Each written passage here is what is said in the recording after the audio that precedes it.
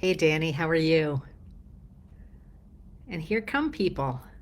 Nancy from Indianapolis, Atlanta, Ogden Dunes.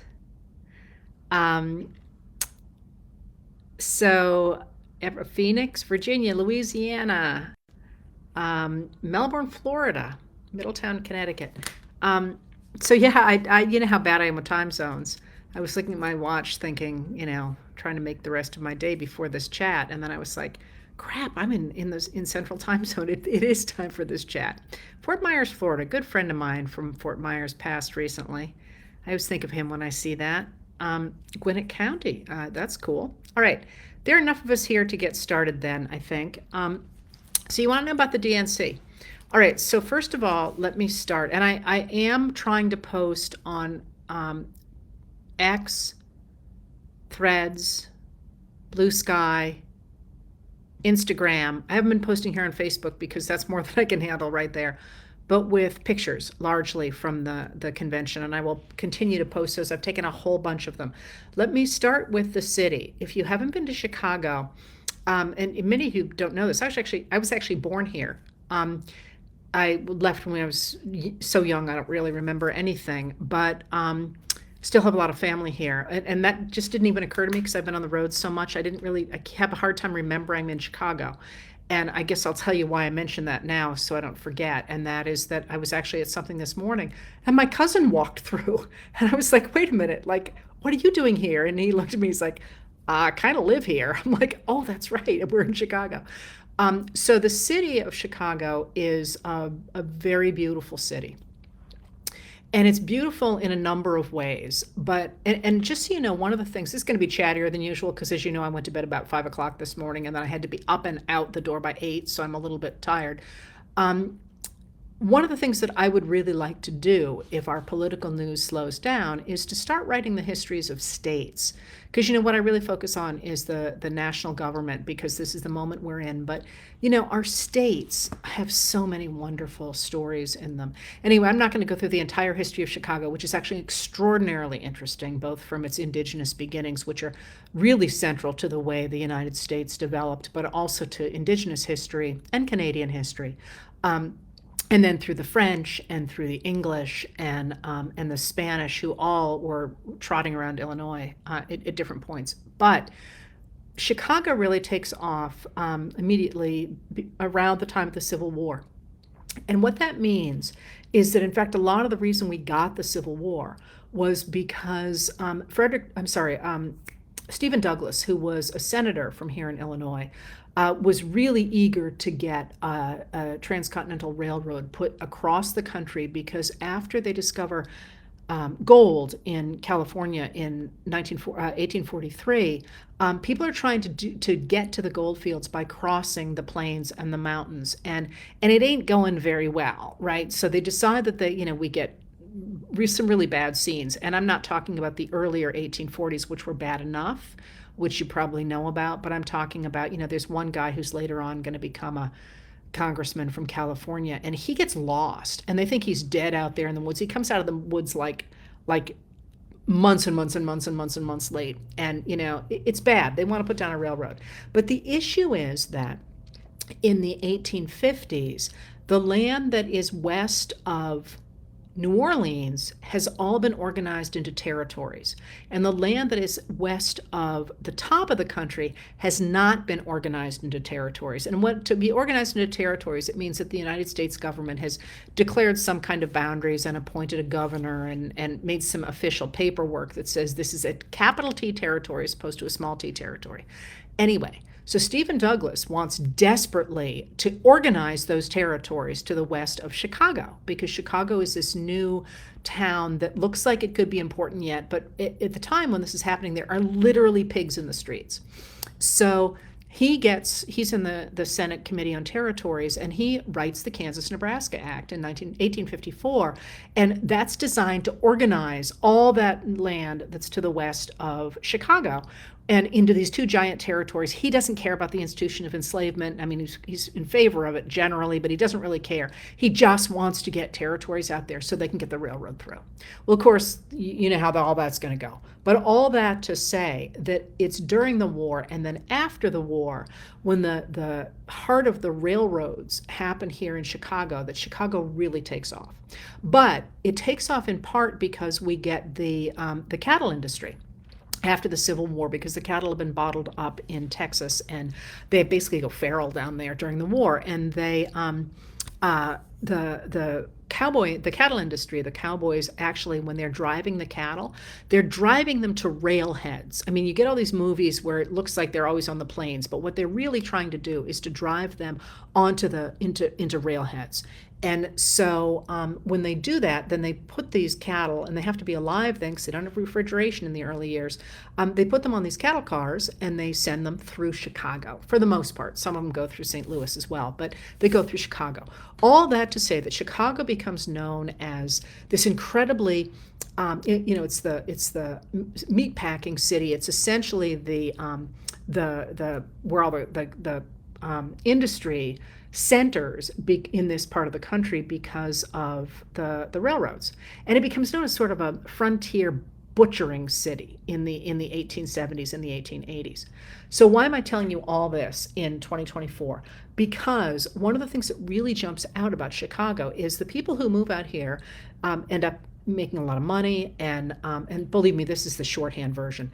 But by the 1880s, they hate that they're being looked down on by Europe, by Eastern cities, even by places like San Francisco.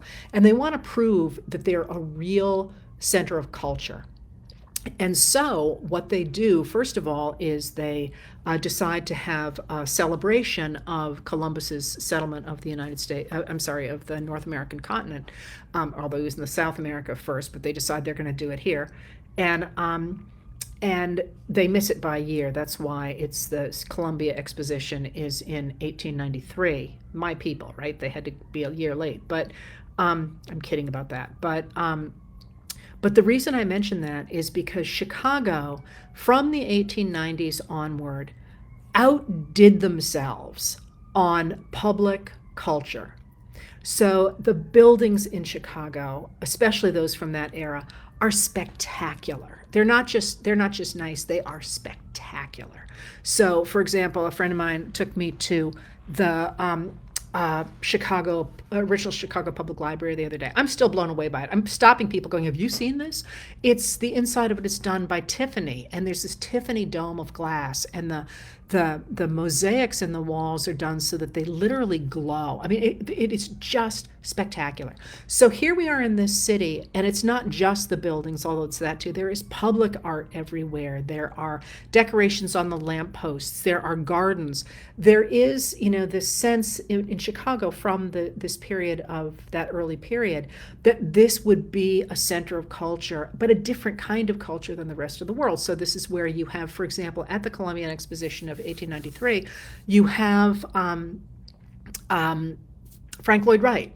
Very young at the time, but he actually does one of the gates to go into the city, and crucially, and now I really will get back to the DNC. Crucially, when they do the Columbian Exposition of 1893, which is a huge and amazing story, they want to prove that Chicago is going to be better than any place else in the world. So what do they compare themselves to? Paris. And Paris has just had a big World's Fair, and that's in Paris when they unveiled the Eiffel Tower. So in America, the Columbian Exposition here in Chicago in 1893, George Ferris said, I can do better. I can build a giant structure out of metal, but mine's going to move.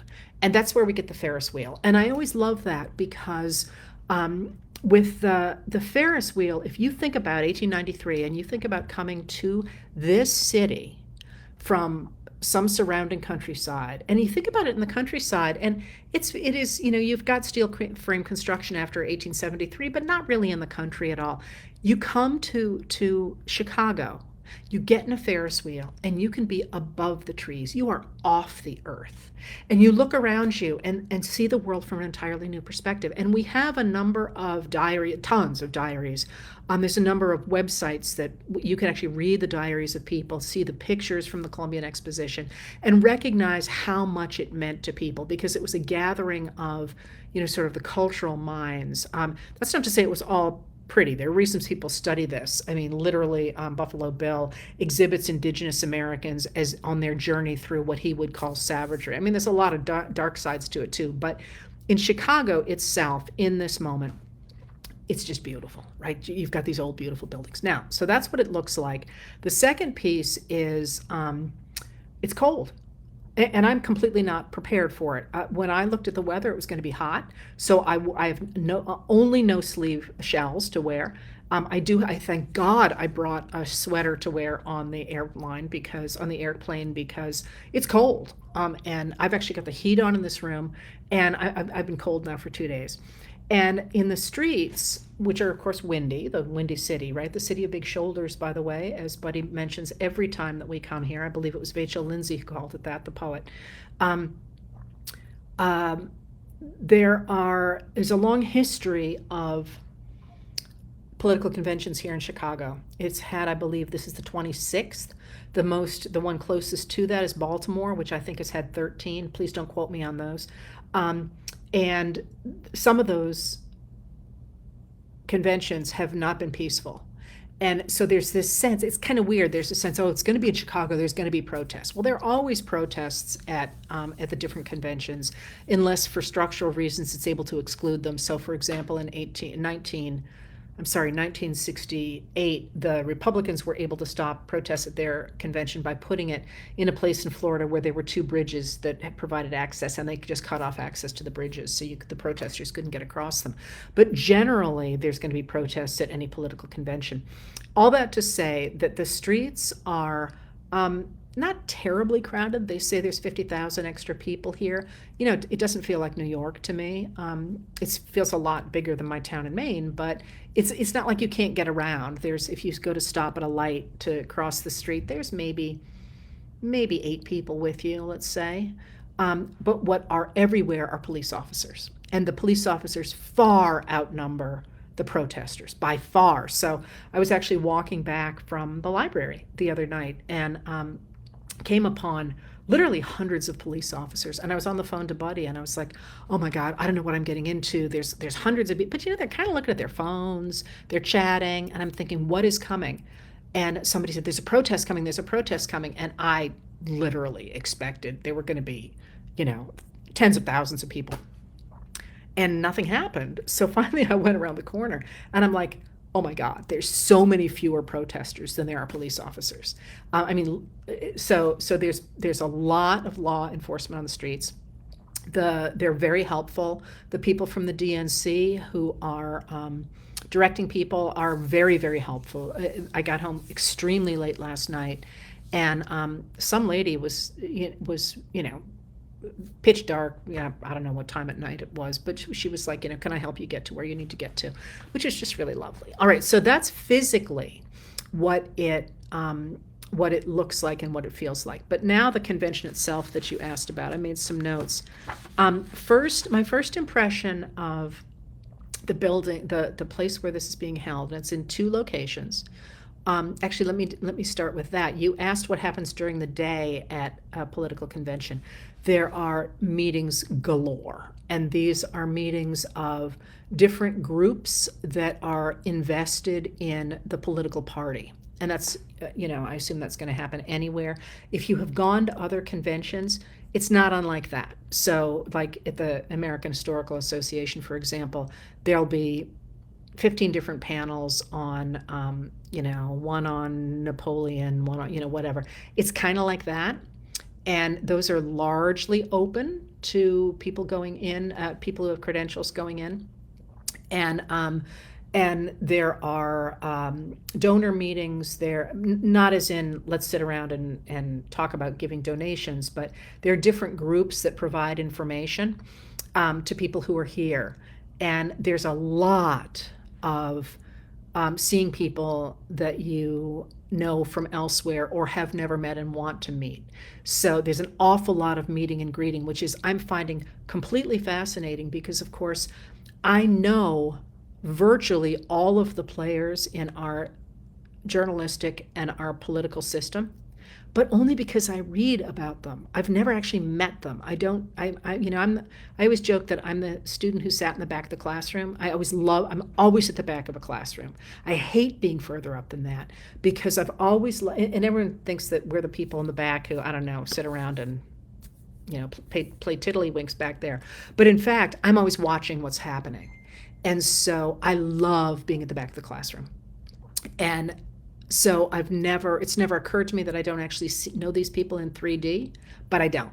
I know them on paper. So or in videos or whatever. And so it's been fascinating and really wonderful to meet people and to, literally I just had lunch with somebody that I would consider a friend because we've been in touch now for many years.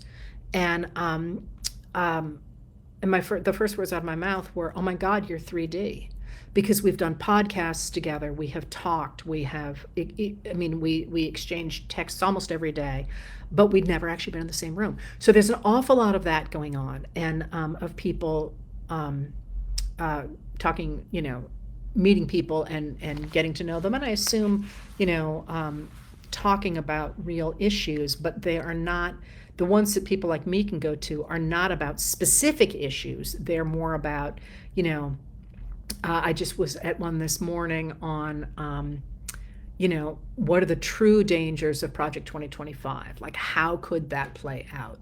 And that was fascinating. Or there are others on, motivating certain groups of voters. I mean, they're very sort of, in many ways, it feels like an academic conference. But a little less specialized. You don't tend to get the person standing up in the audience saying, "You all need to read my book," in the sort of way that you might in an academic conference. Okay, so those are held in one venue, the McCormick Center, I think it's called, and then the stuff that you're watching on TV is being held at the United Center. And they're not in the same place. And the way you get to the United Center is you take a shuttle from here. It's about 3.5 miles, which is unfortunate. I'm the downtown area, which is unfortunate because it'd be nice to walk, but it's really not an option if it's that far, especially at night. And you take a shuttle and you get there, and they're not shuttles, they're city buses that they've chartered. And again, they're really quite organized, although last night the protesters shut down one of the gates going into the DNC, and so that meant everybody had to go to the other gate, and that became really confusing and really time consuming. But you get on the buses, they check your, you have to have credentials, which I don't know where I put mine, but you have to have credentials. They come every day. I think it's pretty clear why they do that. I've never asked anyone, but I assume they don't want people giving them to friends or whatever.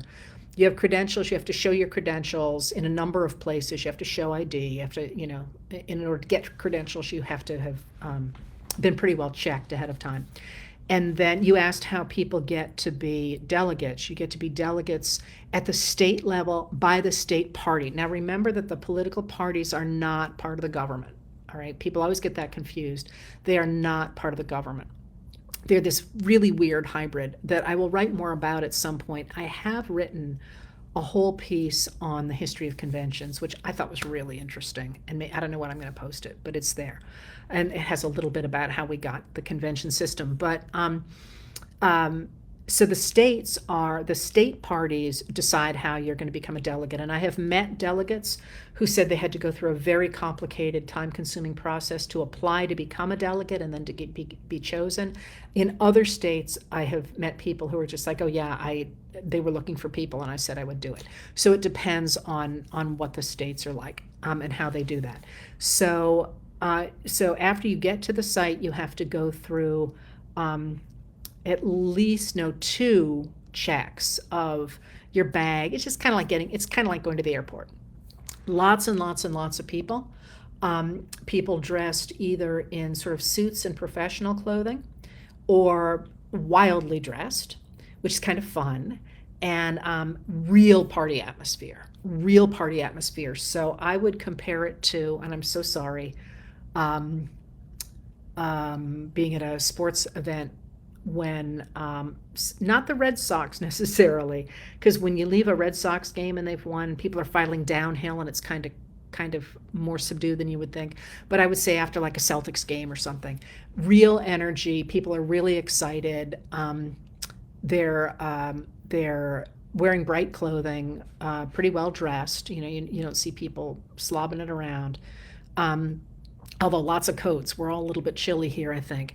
And there are different. You have credentials to get to different levels, and that they're very strict about who gets to go into which of those things, unless you're what they call an elected. And if you're an elected person, you have much more ability to bring a friend in than otherwise. So I have a friend here who is in an elected office, and the the the the person said, "Why don't you come sit with me?" And I said, I can't get through here. And that person came out and got me, and then they were like, "Oh, it's fine as long as you're here." So they let me into that thing. So you go to these places, and then there are people on the floor. You can see them. There's security in a certain color coat, and then there's another group of people, and I think you can see them on the lines who are, I mean, on the TVs, who are handing out things like those cards that said Jill. Last night we did not have any of those where we were sitting, and this woman came up, and it was almost, she's like, "It's time for your Jill signs," and we're like, "We don't have any." And she's like, she almost looked like she was mad, and she disappeared, and I thought, well, okay, we're not going to do our part. And she came back, and she handed everybody a Jill card, and one person said, "I don't want one," and she's pushed it in his hands. He's like, "All right, I guess I want one." So it's not like you had to be organized to bring that stuff in. There's somebody there who provides that, which is kind of cool, actually. Similarly with the "I Love Joe" signs, those were, they handed those out. They weren't on the seats. They literally came around and handed those out. And one of the things, okay, so I'll just tell you about the physical stuff then. So people come and go. There's a lot of walking around. The food is just like as if it were a sporting event. Um, it's not terribly healthy food, which is always a problem when you go to this kind of an event where you kind of somebody said to me a minute ago the only healthy thing she could find last night was fried chicken. I didn't look myself, so that might be inaccurate. That's just a report. So the people who are here, really interesting. I've talked to a number of delegates. I've talked to a lot of people. The delegates, I mean, the thing that's really interesting for me about this, and who knows, I mean, right, I'm not taking notes. I mean, I am taking notes, but I'm not this is not my measured historical perspective. That's not what you're getting today. You're getting my impressions while I am here.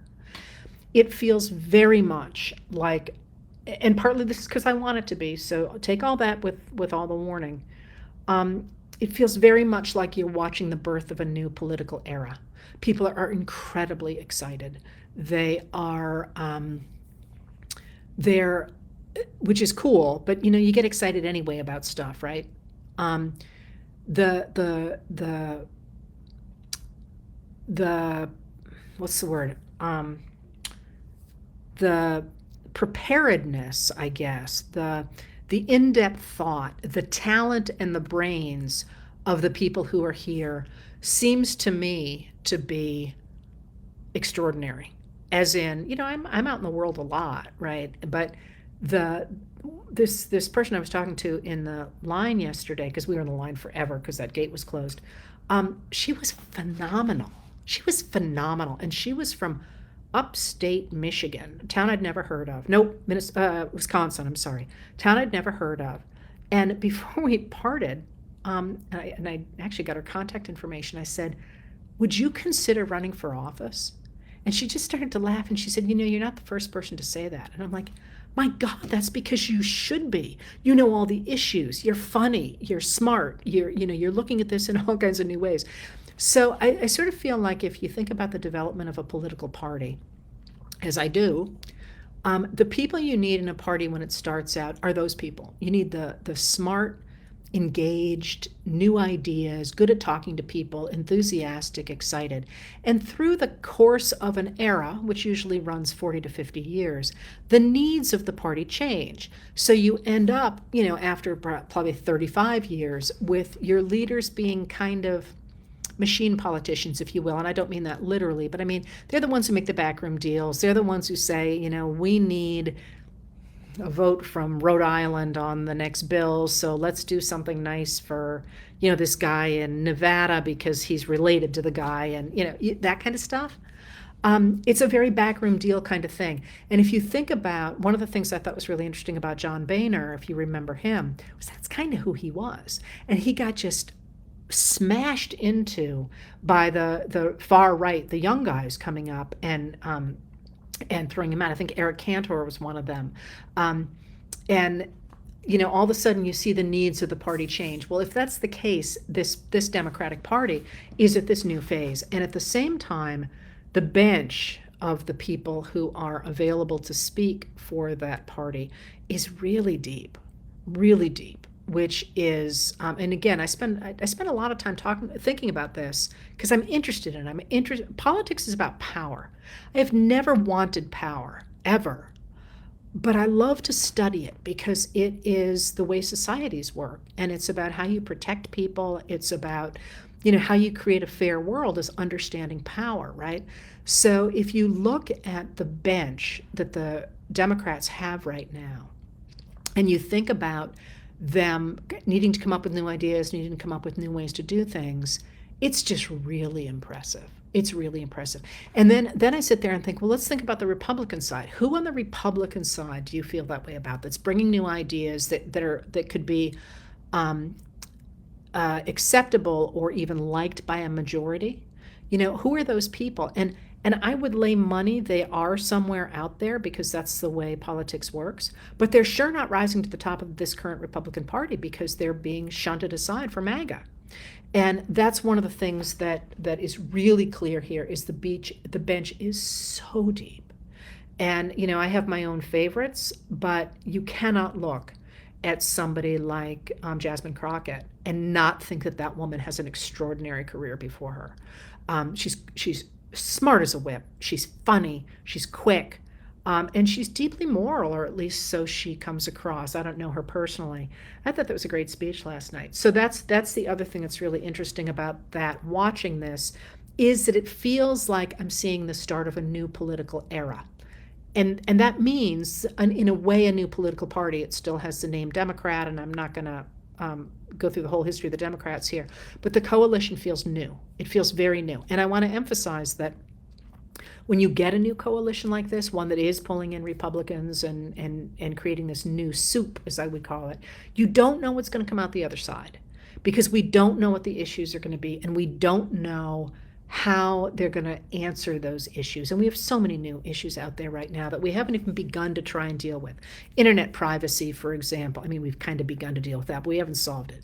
AI, pandemics. I mean, we sort of know what we're, at least a direction to go in with climate change. We're not there where we need to be, but they're all new ways that all these things could go into place. All right, so if that's what the city is like, and that's what, and so last night, I think one of the reasons they were running late was because people were just cheering and cheering and cheering and cheering.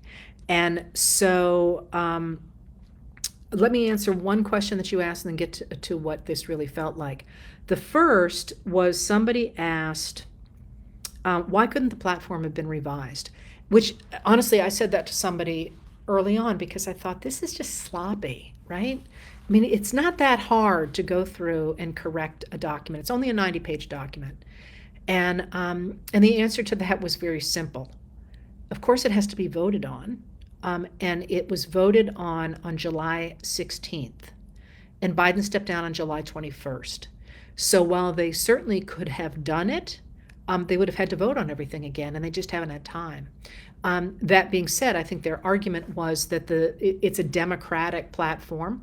She's going to stand on the same thing. And it's actually a very well-written platform. I compared it last night to the 1980 Republican platform, but that's not really a fair comparison in the sense that the Republican platform was very sloppy, and they expected nobody would read it. The Democratic platform is actually very well written, very well argued, but I just didn't have time to talk about that last night. So that's why they couldn't redo it.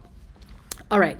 So what was it like to be here? I'm gonna do two things, and then I will answer your question about Trump. So I don't like crowds. Not a surprise, right? I don't like crowds. I don't like noise.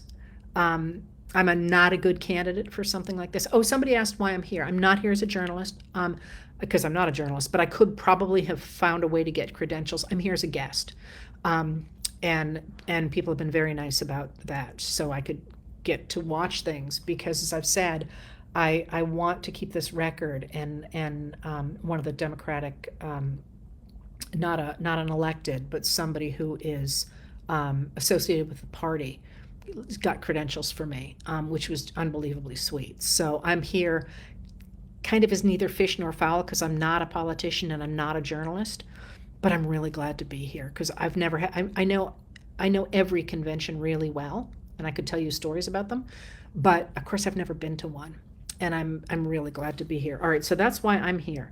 But so all that being said about not liking the hoop, not liking noise and all that, there is an electricity that is very exciting. But what I was completely unprepared for was that it is very hard, and I think anywhere in America, not to feel like something is ending and something else is starting. And we don't know what that something else is going to be.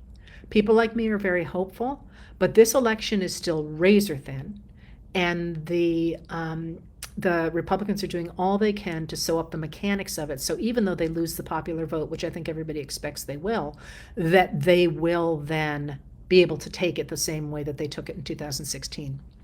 So I think we all know that something new is starting. What that is, we don't know.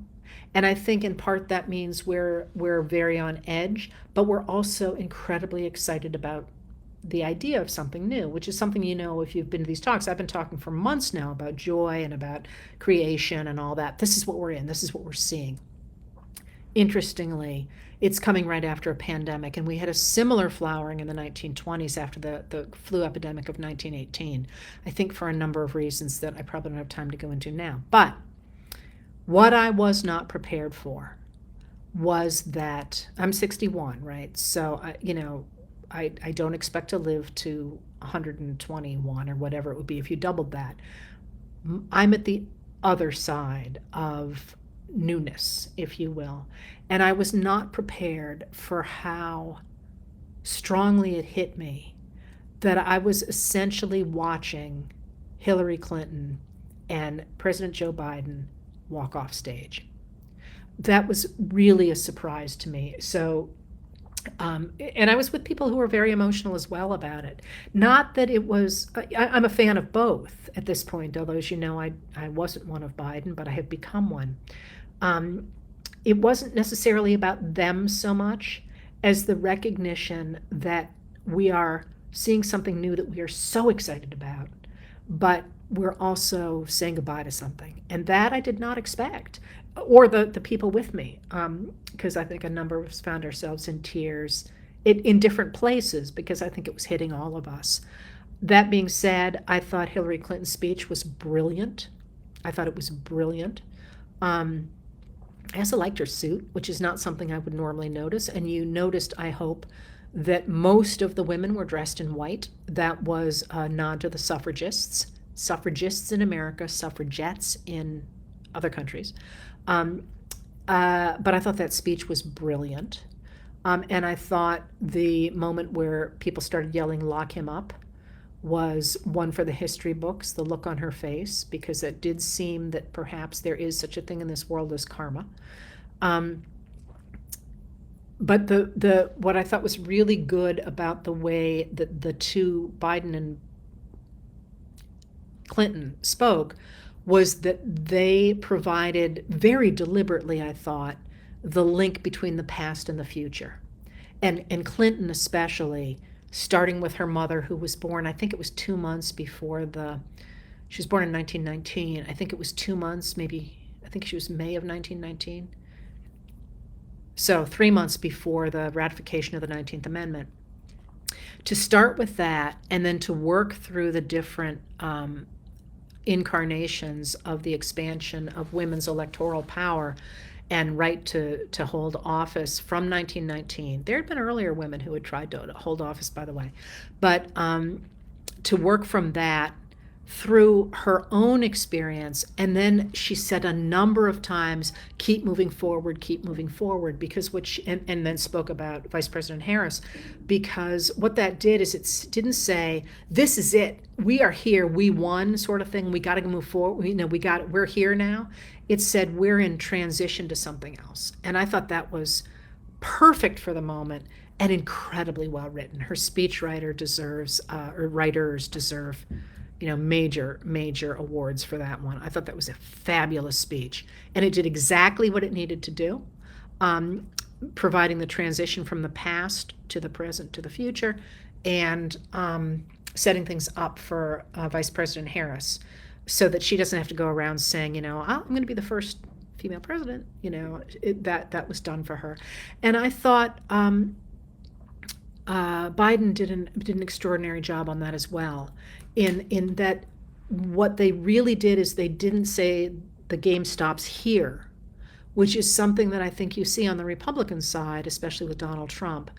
I'm it. It's all here. You elect me, you're done. He says, you elect me, you're done. You never have to vote again. And what Clinton and especially Biden said is, we are the gate to your future, and we've thrown it open. You need to walk through it. And that's that continuity from the past to the future that has to go through this moment. I thought was incredibly well done. I thought that was really beautifully done. All right, so then two things that I'm sorry. So then it's just like the end of a rock concert or the end of a sporting event. Everybody has to get through those doors and get out, and then there are a ton of after parties, which are not like after parties at a journalist event or something. They're much more not established. That's not the right word. Quite famous musicians, sort of things. I didn't go to any of them because I had to come home and write. And I'm not sure if I will go in the future, but it's exactly kind of like a convention would be. And then you go home and you theoretically go to bed, or you stay up till 5 a.m. to write. So a couple more questions here. The one thing that I may write about tonight is that has really, I think, there's a number of things that have surprised me about this cultural moment, but you may be able to see I'm wearing a friendship bracelet. And if you've followed me for a while, you will know that I got fascinated.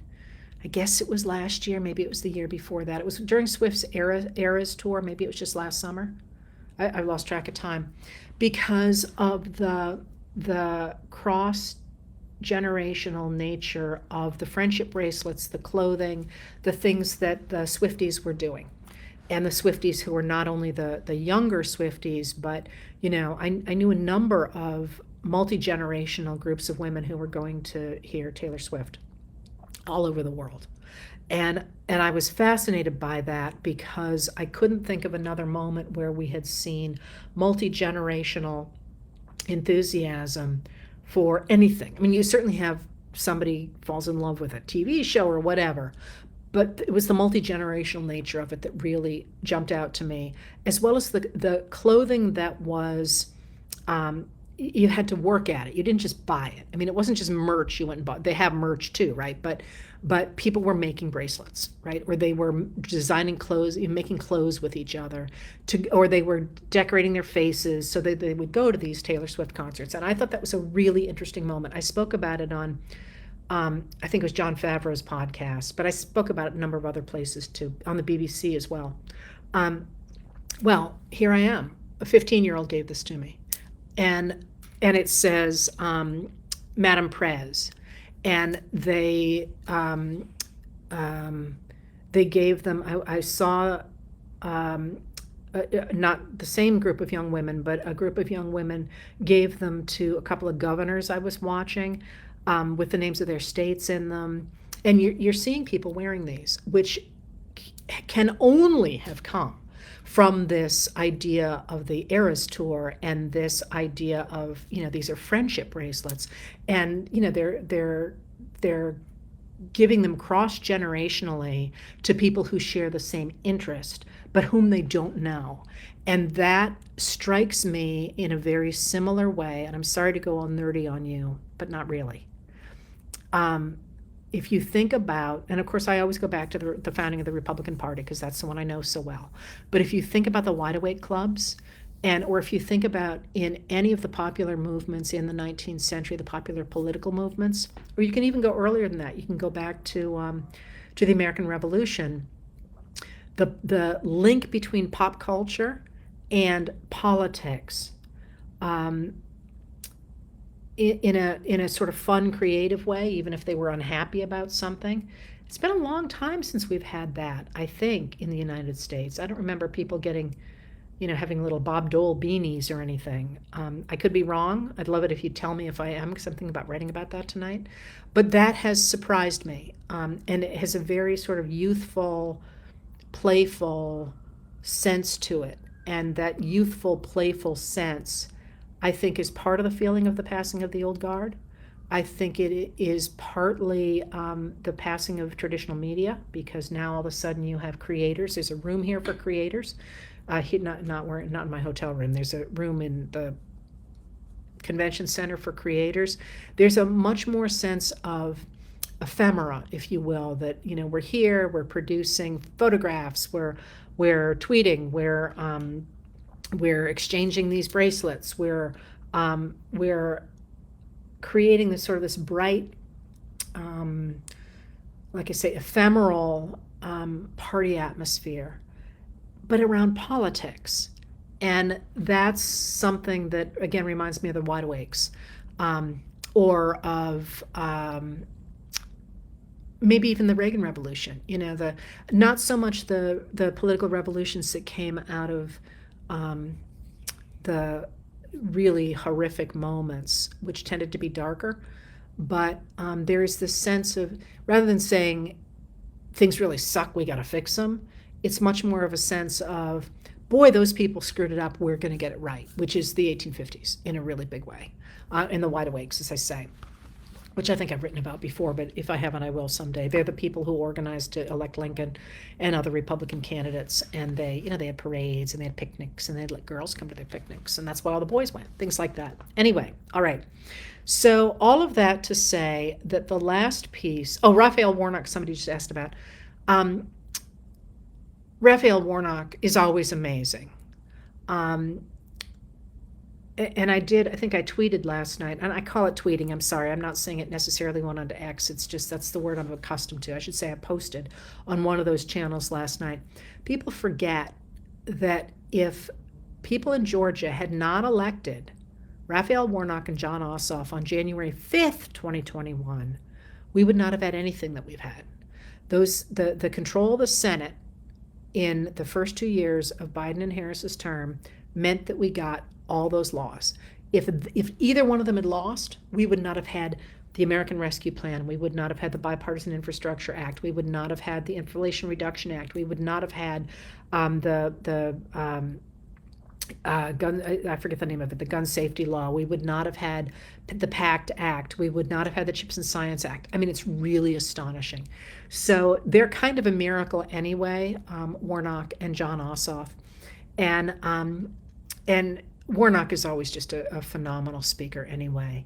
And yeah, he always brings down the house, but what he said, I thought, was extraordinarily important, because it's something that we don't talk a lot about in politics, I think. And I don't mean that I'm in politics. I mean, when one talks in politics, they rarely say this, but I think any mother or any,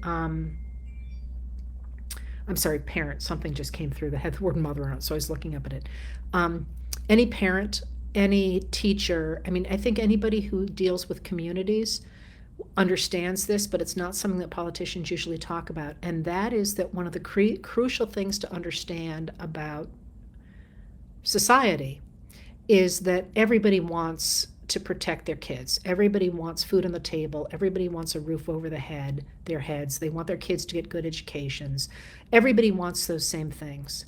But the trick is that if you're really going to have them for real, you have to make sure other people have them.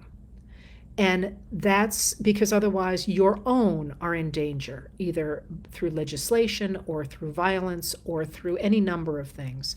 And that's something that if you look at what the MAGA Republicans are doing, they're saying, you deserve that. Your family deserves those things. And in order to get them, we're going to hurt all those other people. It doesn't work that way. If you want those things for your family, you have to make sure every other family gets them too.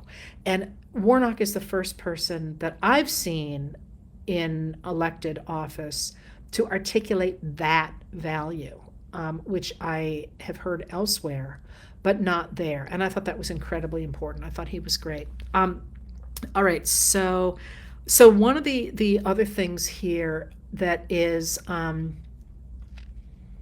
that I'm going to mention, you will note that I have not written about Trump, and I probably won't for a couple of days. I don't know what I'm going to write about tonight, because we're in this really interesting moment, as I say, with this party shift. I don't know if you saw the cover of the New Yorker this week, but it's got Harris and Walz going up and Vance and Trump going down, as if they're on escalators or on a roller coaster, I guess. And Trump needs attention. I'm not a psychologist, but he thrives on attention. He cannot bear for anybody else to be the center of attention. And I think it's hard to miss that his campaign is falling apart. And as his campaign is falling apart, JD Vance was a terrible choice. He's offending everybody. I mean, somebody asked him just a simple question today about how he is preparing to debate Walz. And, you could say anything. My God, you could say, I'm working 2 hours a day and running. Anyway, you could say anything. And he made a nasty crack about, I have a friend who lies about everything, and so I'm just having him stand in for Walz. And it was like, really? Do you have to be nasty about everything? I mean, it's almost like JD Vance is out there trying to offend people. And that's not even talking about what he says about women, of course. I mean, he seems to be trying to offend every single woman in America and, on down the line. So he's got that problem. Trump has that problem of JD Vance. And then he is falling apart. I mean, one of the things you're seeing with the outpouring of support for the DNC, for this convention, is he cannot stop posting. He has posted dozens and dozens of times, and it is completely unhinged and like delusional. So at one point he posted the other day about, implying that Taylor Swift had endorsed him. I mean, stuff like that's not okay. I mean, it's not okay in a number of ways, but mentally that's not okay. So one of the things that is interesting is people just really, there are people talking about him. There's certainly people very concerned about him, but there are a number of people who are like, you're done, give it up. Because if you think about psychology and literature and all that, one of the great truisms is that the opposite of love isn't hatred, which Donald Trump has plenty of. The opposite of love is indifference. And, a lot of people are just like, we're bored with you. We've moved on. And I don't think he can handle this. I really don't. I think things are getting more and more unhinged over wherever he is. And it's going to be interesting to see how the next 77 days play out, because there's so many different things in play, but he's really not okay. And at the same time, one of the things that is interesting about Harris is that stepping in here to the campaign the way she is, she has, for the most part, adopted the economic policies of Biden, as well she should have. But there are places, because they've been so successful, but there are places where she is speaking directly to ordinary Americans that he didn't. So, for example, price of food, one of the first things she does is she comes out and she talks about stopping price gouging for groceries, which we know, I mean, the economists have studied and say the high prices behind groceries were in large part because the very few corporations that control groceries in America were price gouging. So she talked about price gouging in food stuffs and cost of housing. Another huge issue. What does she do? She comes out and she says, we're going to find ways to bring the cost of housing down by enabling people to get help financing a first home, and all the stuff she talked about there. And there was another way in which she instantly jumped in to an issue that people have been talking about. I wrote it down.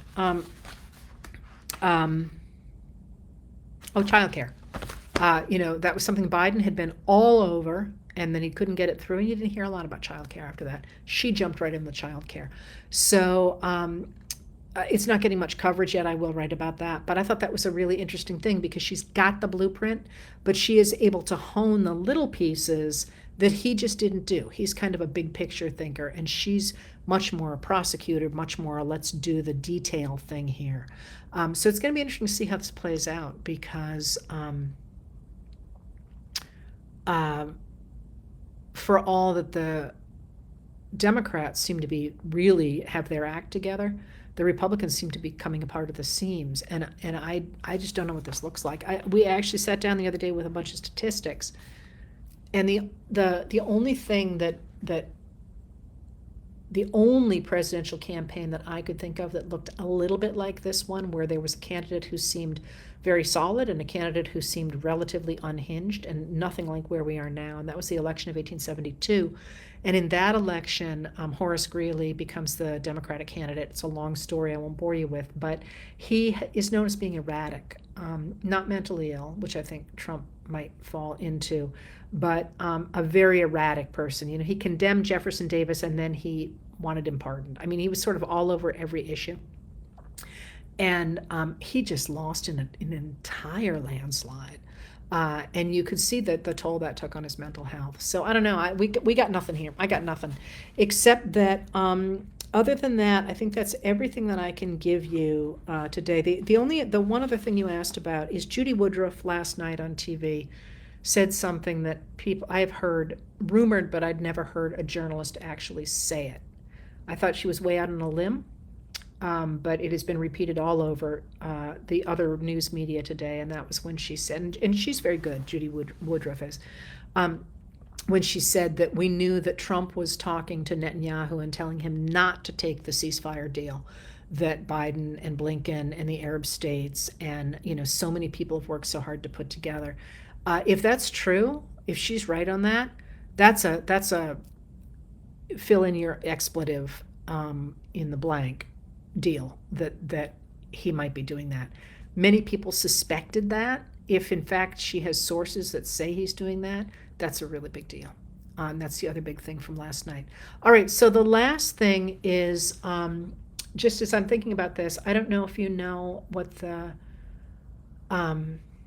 sign for Vice President Harris is in sign language. It is I don't know which organization it is, has just decided. But I really love it because the name Kamala means lotus flower, and lotus flower, of course, is renewal and all that.